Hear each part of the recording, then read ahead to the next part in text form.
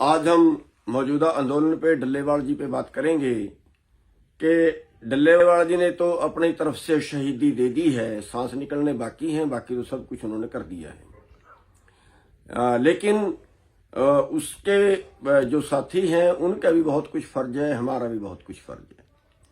हम अपनी तरफ से भी अपील करते हैं डल्लेवाल जी को कि मरने से लड़ना ज्यादा बेहतर है। आपने कोशिश की है कि भूख हड़ताल रख के मर के जो है वो राजनेताओं की, सरकारों की आत्मा को जगाया जाए, लेकिन उनकी तो आत्मा मर चुकी है। जिंदी को जगाया जा सकता है, मरी हुई आत्मा को नहीं जगाया जा सकता, और उनकी आत्मा मर चुकी है।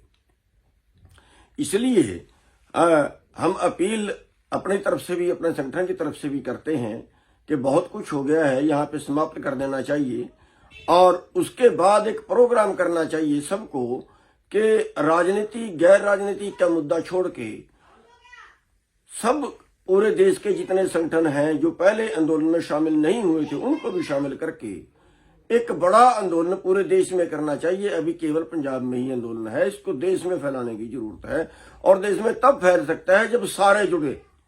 दूसरी चीज, जो उसके साथी हैं इर्द गिर्द वाले, मैं उनसे भी एक अनुरोध करना चाहूंगा कि सिख इतिहास को देखिए।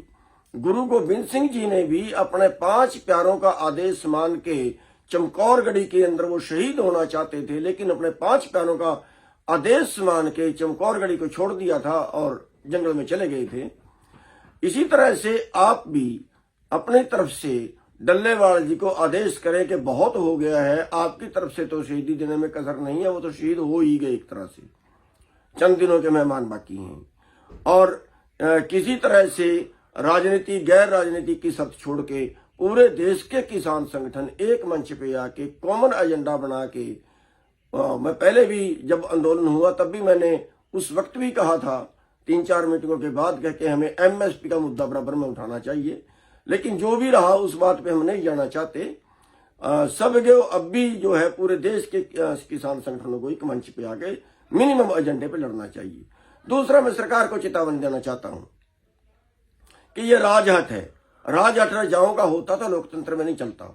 कभी बीजेपी किसी चक्कर में हो के हम कुछ नहीं करेंगे, तो मैं सरकार को चेतावनी देना चाहता हूं कि फिर ऐसा ना हो कि हमें भी एक्शन में आना पड़े, हमें आपका दिल्ली में भी विरोध करना पड़े, दिल्ली चुनाव में, और यहां भी हमें कोई कड़ा फैसला लेना पड़े।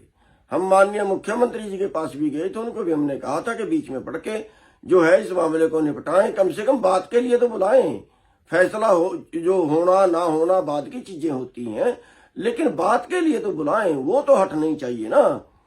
तो इसलिए मेरी सरकार को अनुरोध भी है, चेतावनी भी है कि बातचीत शुरू करें और तुरंत शुरू करें, मरने का इंतजार ना करें, उसके पहले बातचीत शुरू करें और इस मामले को निपटाएं। ये मेरी सरकार से भी प्रार्थना कह लीजिए, चाहे इसको चेतावनी कह लीजिए।